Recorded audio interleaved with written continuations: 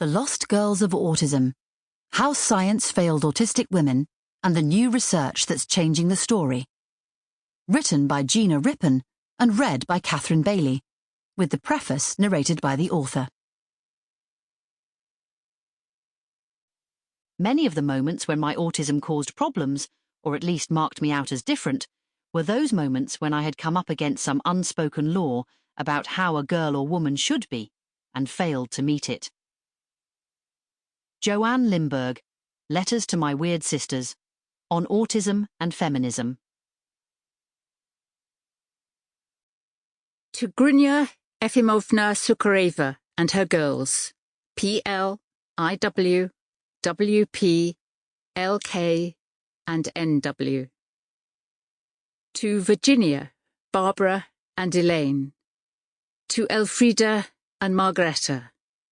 And to all of autism's other lost people, named and unnamed, found or still lost, in the hope that you will never be forgotten again. Preface. Why me, and why this book? I should start with a confession. I have been part of the problem I'm hoping this book will solve.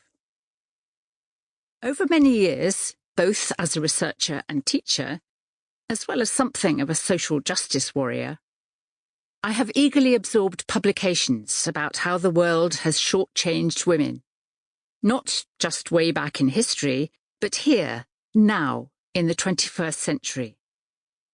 These are powerful books about medicine's gender problem, for example, or about the damage caused by data bias in a world designed for men.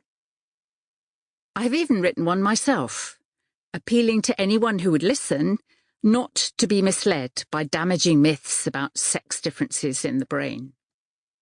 My day job involved the use of state-of-the-art brain imaging techniques to investigate what is officially termed autism spectrum disorder, ASD.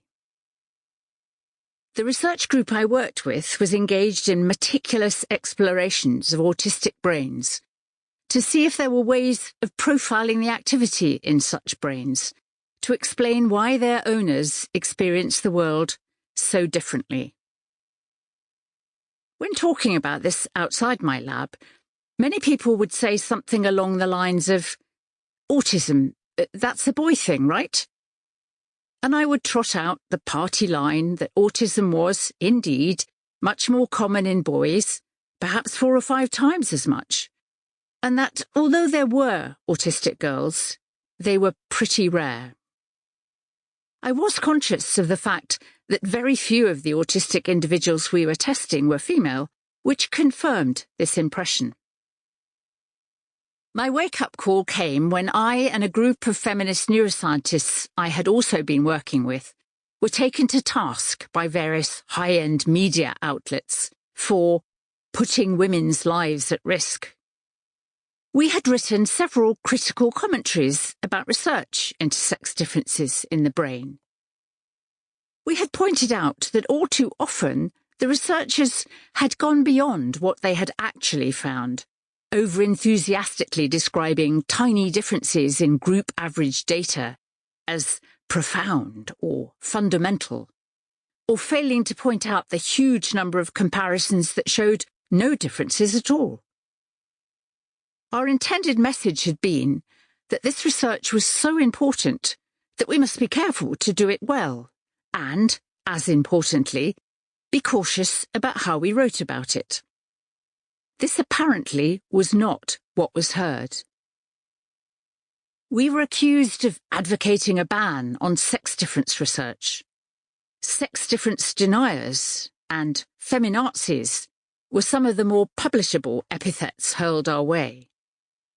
Why was this putting women's lives at risk?